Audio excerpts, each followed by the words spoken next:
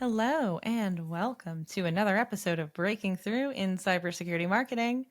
I'm one of your hosts, Gianna Whitver, here with my fabulous other host. Maria Velasquez. And today we have a very special guest. We have someone who is calling in from the other side. We have Cody Browning, Territory Account Executive at LogRhythm. Cody, you are on the sales side of the house. Welcome to our show. Thank you, Gianna. Pleasure to meet you. Is it scary to be on a podcast with two marketers? Yes, extremely. You hesitated there for a second. A little bit scary, but also exciting. Awesome. Well, we're so excited to have you on. I think we're going to have a very fun conversation across multiple topics. But first and foremost, why don't you tell us who you are? How did you get here? Who is Cody Browning? Yeah, thank you so much, Gianna and Maria. Pleasure to meet you as well. Cody Browning is a cybersecurity professional in Boston, Massachusetts. I've lived in New England my entire life. You know, I love the four seasons, right? I love the mountains. I love the ocean. I love the fall foliage. I love the snow in the winter. And I love the spring and summer here. I got into cybersecurity about 8 years ago now, just as a sales development role. I was on, websites running live chat programs as ransomware was first hitting the NHS, and, we were responding to, folks being extorted. And I've now delved into more of a consultative position for larger enterprises in the New England region, which is fantastic because I can be a bit more strategic. And I've even worked with MSPs standing up, their customers and making sure that their customers are secure while they're able to be profitable as an organization. So that was my first step into cybersecurity. And other than cybersecurity, I'm somebody who's very outdoors oriented. I love to keep honeybees. I love to go for hikes with my dog and go, snowboarding or swimming and just enjoy myself. So that is Cody Browning. Cody Browning sounds awesome. And you said that there is a specific movie we were just talking about in the pre-show call. And it was almost your foray into cyber, and it kind of blends this world of beekeeping and cybersecurity. Can you tell us about that movie? Yeah, absolutely. So Jason Statham, you may know him as the Transporter. He recently released a Transporter or John Wick style movie called The Beekeeper. I don't want to give away the details, but essentially he's a gentle, beekeeper living off the land, taking care of an elderly woman. And lo and behold, this elderly woman gets extorted through a reverse, engineer hack where they get access to her bank accounts. And Jason Statham, the beekeeper, decides that, he needs to avenge this woman. So it's a fantastic movie. It moves from beekeeping into cybersecurity, just like I did. And when my girlfriend asked me to go see it, I was so excited. And when I found out that there was going to be a cybersecurity aspect on top of it, it hit me by surprise. So I recommend it to anyone. What a missed opportunity for the movie producers. You could have been perfect for this role. I'll make sure they get me in the sequel. And we'll link to the Beekeeper in the show notes. And you're welcome, John Stamos. Jason Statham. He's just like me, bald and beekeeper, and we're the same person. Okay, if there's a sequel, I think you should go for that one. Thank you, Maria. Well, so that's an interesting. It's an interesting journey you've had, Cody, and now today at LogRhythm, where do you focus like your efforts and time? Yeah, so I basically support our New England enterprise customers, which is it's nice because we have probably 50 to 100 strategic customers up here that I can spend my time with, and the majority of my time is just making sure that their operations and their quality of life is supreme, and they're not running into any issues with the platform, because that platform is what we call a SIM. It's a security integration and event management tool. So they use it sort of as their correlation and observability platform to see if there's, open ports, vulnerabilities, active breaches, right? So it's a great role. It allows me to be consultative and supportive. I like that you use the word consultative, especially for from a sales perspective. That's really, I think, where a lot of our the security community, our prospective buyers as a security vendor want the sort of the sales organization to go from transactional to more consultative. Yeah, I don't consider myself a generic salesperson by heart. I'm too sensitive. I care about the customers too much. I want them to be successful. I want them to like me, and I want them to, also be able to operate with, their respective budgets and such. So I like to just make sure that they are on the latest and greatest, updating, getting their security definitions, being secure, moving on to, actually threat hunting and doing proactive work as opposed to being stuck in the days of where's my support engineer, we're on an older platform, it's not working well, I that's where my consultative side comes from. And I was previously in a role for AT&T Cybersecurity, which was fantastic because I supported New England and the southern eastern coast, and basically we had so many customers that were buying, fiber internet from us, cell phones from Mhm. us, direct TV, right? So what I was doing was helping those sales folks introduce cybersecurity to their clients and saying, hey, you have a circuit with us. How are you protecting yourselves against, DNS, DDoS style attacks? How are you protecting your endpoints? How are you staying up with the security requirements of today's age, whether you're in healthcare or finance or manufacturing, right? And that was a very consultative position as well.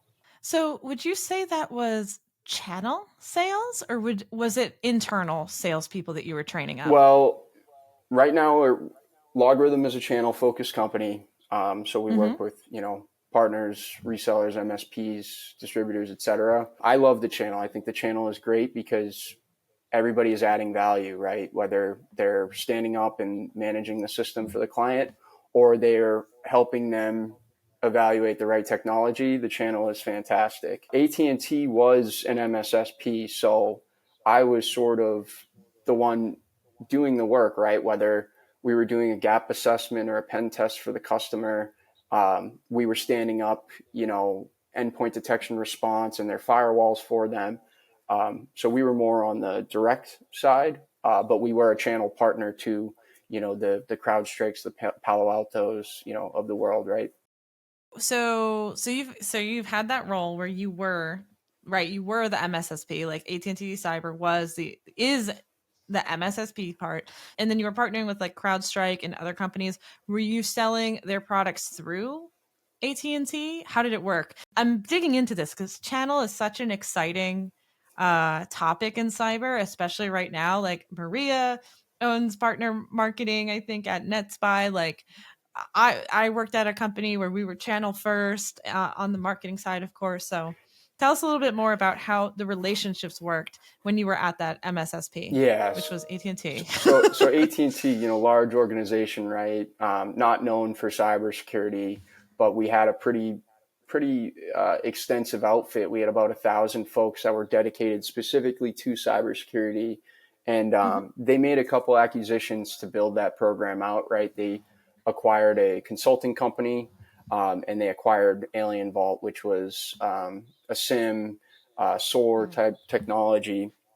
So we had our own in-house functions that we could do, right? We could do all the assessments, gap assessments, make recommendations, stand up some software, but we also would leverage what they wanted to work with as well, right? If the client loved Hmm. Cisco or if the client loved Fortinet, we didn't care. We had the folks that were smart enough to stand those up for them and then manage it for them.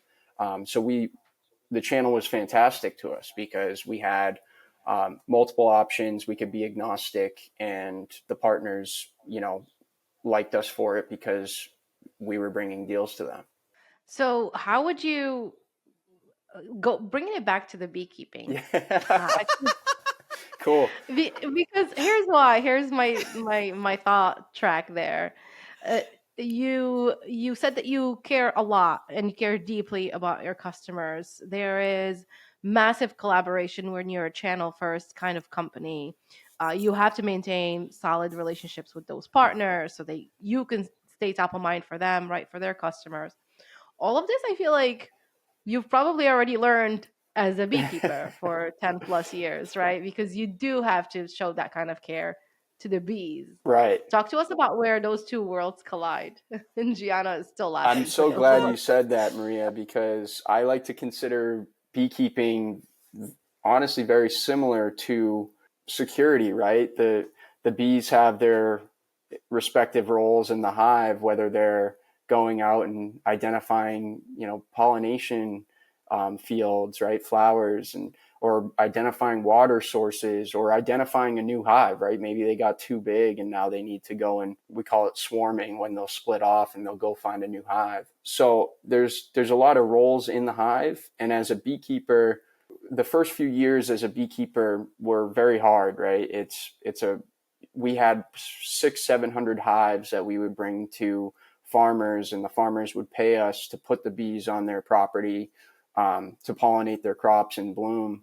I had to learn temperament. I had to learn patience. I had to learn to go with my gut a lot, because if you're moving quickly, if you're not gentle with the bees, they will, they won't want you in their hive. So you'll get stung. So I would say, I tell people, they ask me, how many times have you been stung? And I couldn't even answer that question, tens of thousands probably. But I could work 25 hives and not get stung once if they're healthy and they're happy, and we're doing our jobs correctly. There you go. I knew there was a connection there. I knew it. Yeah. I guess. I'll parlay off of that. Actually, go ahead, Maria. No, I was gonna connect it to, this could possibly be one of those critical steps in sales training. It's like you get trained on medic, and then you go do beehive and beekeeping, and then you graduate to become, a salesperson. I agree. So I work for a company. I don't necessarily work for them anymore. He's one of my good friends.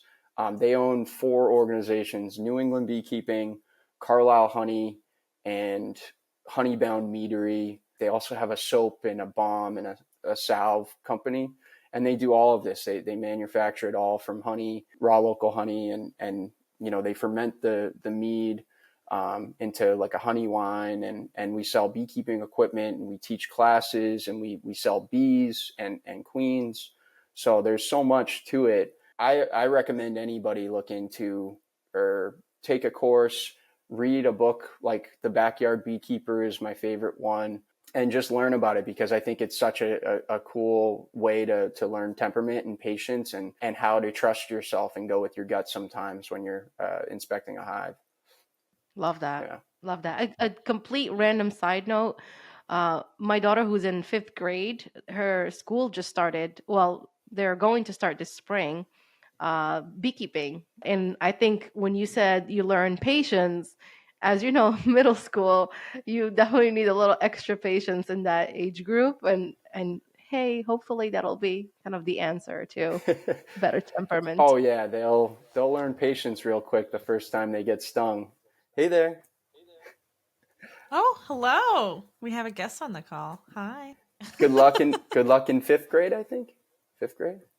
This is not the 5th Oh, grader. The other one. This is she's 4. She's still not quite wow. there yet. She'll be beekeeping soon. Don't worry, Maria. And Cody, I guess that patience matters too. So is it ever like when you are dealing with your clients that they're like an angry hive of bees that you have to handle properly? Yep. Maybe teach us some of your tips and tactics on how to diffuse maybe a high stress situation or a grumpy client, because I'm sure you come across those once in a while. Yeah. More than once in a while, I'd say coming across a grumpy client is an opportunity to rebuild the relationship and regain their trust. I think that's common practice for sales folks these days, and some people shy away from it and they run to, the next deal. I would say I don't really have that luxury, as I only deal with existing clients today. So I need to maintain their trust and ensure that we're going to retain their business, and they're not going to go out, to bid, and, just because they don't like us, right? I got to figure out why they don't like us, how to make them like us. So I would say just attack it head on every single time, right? Own your mistakes, ask them questions as to what the problem is, right? A lot of the times they just haven't implemented correctly, and maybe it wasn't you, but they're blaming you because they just feel like they weren't supported the right way. And then I think to double down on and recommend, managed services, professional services, like those things carry a lot of weight when you get into specifically SIM and security operations, right? Because if it's not done correctly, it can implement them during a disaster recovery and an incident. Yep. So, I attack it head on, and just make sure, if you are in that organization and you're angry, I would ask that they be transparent with us, because a lot of times I just don't know what's going on. And when I do find out, I'm going to escalate it and fix it for them. Yeah, I think that's something we on the marketing side of the house deal with too. I know, Maria, when you're disappointed with a vendor or with a partner, it's best to just say it like, hey, you're not meeting my expectations. Can we fix it? What can we do, as opposed to, being silent and being like, everything's okay, and secretly like trash talking the company Been there. because you really hate working with their support. Yeah. Yeah. I think I learned specifically one day I was working with a senior sales rep, and we had a partner that was down in Texas. I was covering Texas, Oklahoma, and Louisiana for a while. It was a small deal that, I'd committed, and they weren't being very helpful. And I sent an email, kind of a knee jerk email. And he messaged me and he says, like, do you realize what you just did? And I said, no. And he was like, that partner brings us over 50 million in revenue every year, and you just sent them an angry email over 15 grand. Like, do you realize what you did? He was like, next time, just send me the email first. And, and that was a learning experience for me, because at that point in time, I didn't realize, or I wasn't taking into account the caliber of that vendor or that partner, right? I was just thinking of, what was in front of me. And it's always good to take a step back and ask people for their thoughts. All right, awesome. What? Um, I did want. I did also want to talk more about channel, just because it's on my mind. But maybe one more question about beekeeping Yeah. And I have a and story about bees. beekeeping and cybersecurity that might kind of tell you how I got into it. Okay. Actually, okay. Wait, tell us this, because there's another story. I thought the Beekeeper movie was the story. What was tell So the us. Beekeeper movie is the story because it relates very closely to me. One day I was, I was probably 16, 17 years old, maybe a little bit older, 18, 19. And I was pouring honey, right? Pouring honey is a monotonous process, right? You get it off the hive, you put it into, you uncap the wax off of the frames, you put them into a big spinner, the spinner spins them all out, and then the honey drains through, and we have a sieve to catch like anything in there. And then we have buckets of honey that we pour into large pouring buckets. And from there, I'll just Yeah. sit down on a bench and just pour honey for hours on end. And anyways, I'm pouring honey. It's like almost noontime. I'm sweating bullets because it's 100 degrees in there. And my dad storms into the beekeeper's house. We were working out of his basement at the time. And he goes, "What did you do?" And I was like, "What do you mean, what did I do?" He said, um, "Your grandmother just went down to Western Union to wire transfer $10,000 because somebody called her and said, it's your your oldest grandson." And she goes, "Cody?" And he goes, "Yes." And he said, "I'm in New York. I'm arrested. I need $10,000 bail." She went to Western Union at 95 years old, drove down to Lowell, Massachusetts, initiated the wire transfer of 10 grand. And thank God the woman at Western Union was smart enough to hold it for the day, because she called my dad afterwards and he was like, "Wait a minute." And once I talked to him, we went down to Western Union. She was like, "I didn't send it yet." So that showed me how aggressively they prey on elderly people. Oh Um, yeah. it was probably before, AI and deep fakes, but they were still very easily able to socially engineer her into thinking, oh, this is your oldest grandson, this is Cody. And yeah, it was a learning experience for me. So I wouldn't say it propelled me into cybersecurity, because that's not the ultimate reason why I got into it, but it absolutely made me want to take down bad guys at every scenario I can. Yeah, that makes me so sad when I mean, like, hacking a big company and all that. That's, I don't know. This hits a different string in the heart, I feel Hmm. like. It's just terrible. Yeah, and Gianna, you asked at the beginning, small business, and they're affected by it so much more, right? Like when Morgan Stanley with an AY and an EY rather than an EY pings you and says wire transfer 40 grand, and they do it, and that's, their entire cash flow, right? That could take a business out, like, pretty simply, let alone, a DDoS or a malware infection that takes their business down for weeks on end. Right, for e-commerce and stuff, right? Right. It's like simple social engineering attacks. Small businesses are, quote unquote, less sophisticated at cybersecurity. They don't have the resources, they don't have the talent. They're a restaurant, they're a small chain of bakeries. I don't know, I'm only thinking of food. They're a beekeeping company. They are not a high tech, regulated, highly technical and savvy business enterprise focusing on having lots of money or being a bank, right? Right. So it hits different. Those folks do not have as much experience, and anyone can be tricked, and small businesses don't have that backup or that incident response set up to be able to even do anything afterwards. A Absolutely. lot of them. Yeah. So Cody, last question before we get to our game. Oh, we have a game. We have a game. Cool. Last question before we get to our game. So when you were training, right, because you train the salespeople Yes. at AT&T, any tips for us, and you can make it a bee analogy if you'd like, or you don't have Sure. to.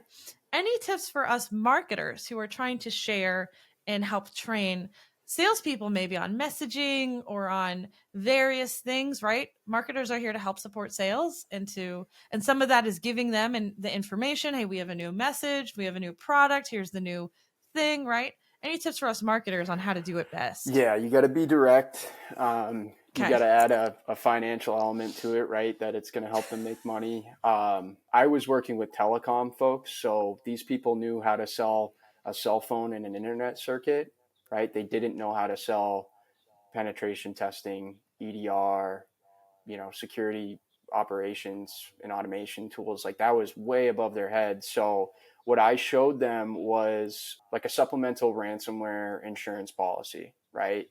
That hit home, I remember, because we went through it and it says, do you have antivirus? Do you have endpoint detection response? Do you have multi-factor authentication, encryption, firewall, email security, etc.? And I went down the checklist with them, and that's where they started to get it. And I was like, guys, this is a insurance policy that they're not going to get paid out on unless they meet all of these requirements. And there's fine print on this that says they need to report an incident within 30 minutes. They need to be 100% in compliance, yada, yada. And I just started to show them the impact that it really could have. And that's where they really perked up and they started to understand.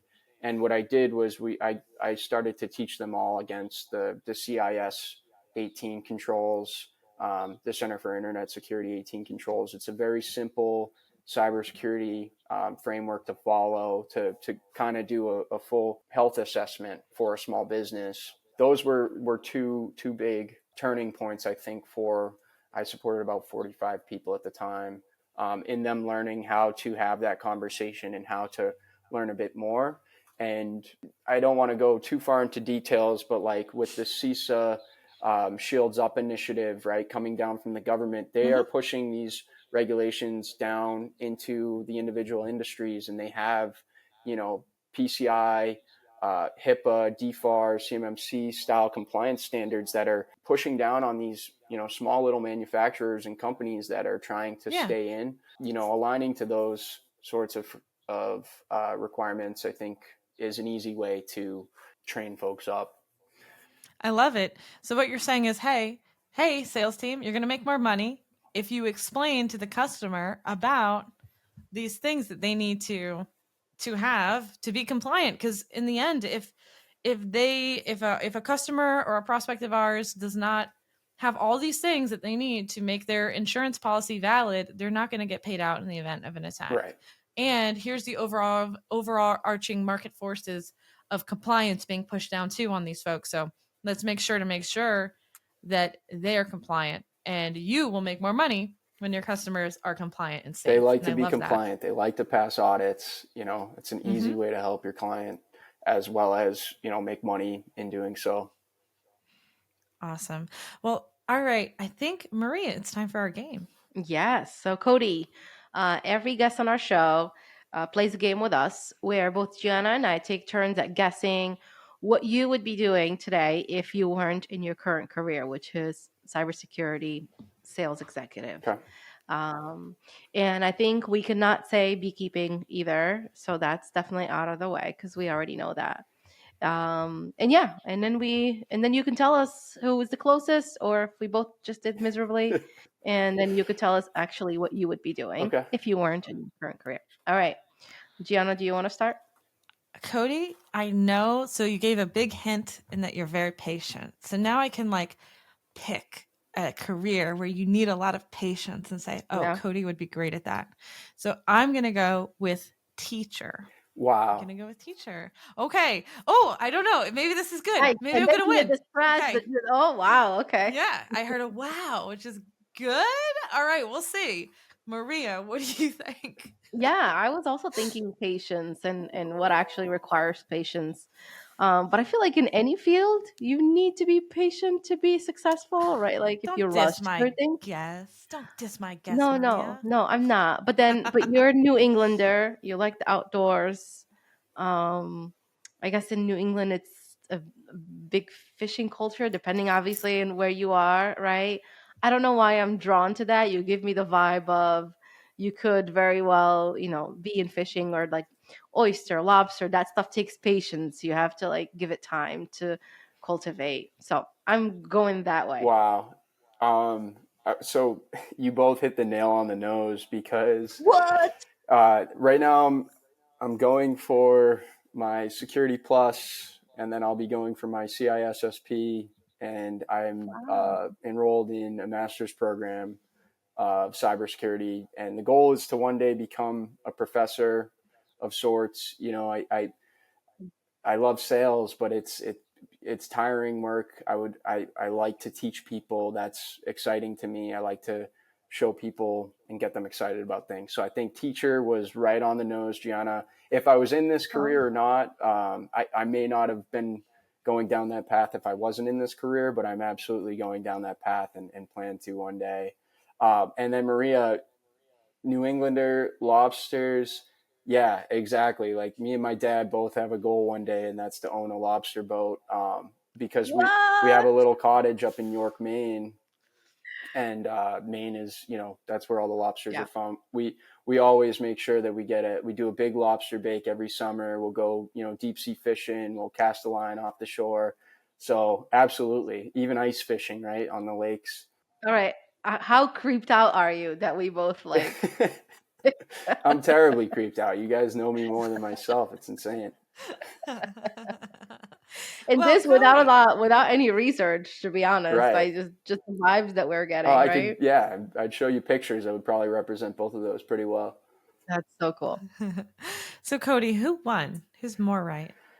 I would And you can do say this by your heart. It doesn't have to be the realistic you one. guys, I would say Maria was probably closer. And if I never got into cybersecurity and I stayed in, beekeeping and farming and fishing, like that's probably where I would have ended up. Gianna, I ended up going to college and getting a business degree and wanting to use my degree. And then, cybersecurity just kind of, I was getting turned down by a bunch of organizations, stupid hyper aggressive sales organizations that I'm glad I never ended up signing up with. And I got a job with Sophos, and I did 5 years with Sophos. I love that company. They're 32-year-old cybersecurity company based out of the UK, and they were doing it from the floppy disk era. So I think you are future right, Maria. You are previous career right. Oh, Oof. So is it a okay. tie then? Yeah. Oh yeah. Hard tie. Okay. All All right. right. Yay. Awesome. Well, that was Cody. so much fun. Yeah. Yeah. Thank you for being on Of today. course. This has been fun. We love to talk about the unconventional topics of beekeeping. I love talking about beekeeping, and Maria does too now. I know. So, Good. how can people contact you if you're open to being contacted? Yeah, absolutely. I think LinkedIn is probably the best way to reach me. I don't really have a platform otherwise through, but LinkedIn, I try to be vocal. I try to, when new frameworks and standards come down, I'm doing research on them and I'm sharing my thoughts. So absolutely, you can find me on LinkedIn, linkedin.com/Cody Allen Browning, CodyAlanBrowning. Awesome. We'll include a link to that also for listeners in the show notes. And I got to say, last comment is, you're sharing your thoughts on new frameworks on LinkedIn. You are the salesperson that marketers love to have on the team. Yes. I will say that. I love marketing. When I was in sales development, I was a part of marketing, and we were just spreading the good word, whether it was free socks for 5 minutes of my time, or knocking down doors and showing them our latest data sheet and saying, hey, what are your thoughts? We appreciate you guys. Love that. Well, we appreciate you and all salespeople. Thank you kindly. Love working with you all. Hey, All right. I'd love you. Yeah. I'd love for you guys to invite me back someday. Once I'm a professor and a lobsterman, I'll have some new ideas. And Yes. I have a good friend as well who's fantastic. He's absolutely sharp. I'll send you his details in case you guys want to get another perspective. Sure. Yeah, we'd love to chat with him. Cool. Her. Awesome. All right. Well, thank you so much, Cody, for being on the show today and taking the time off your day. Thank you for our listeners for listening. And make sure you subscribe. Remember, a new episode drops every Wednesday. So subscribe to get that alert for that. Give us as many stars as possible and tell your friends in marketing and sales and cybersecurity and whatever other industry about this show. See you all next time. Thanks, Cody. Thank you. And tell beekeepers, yes.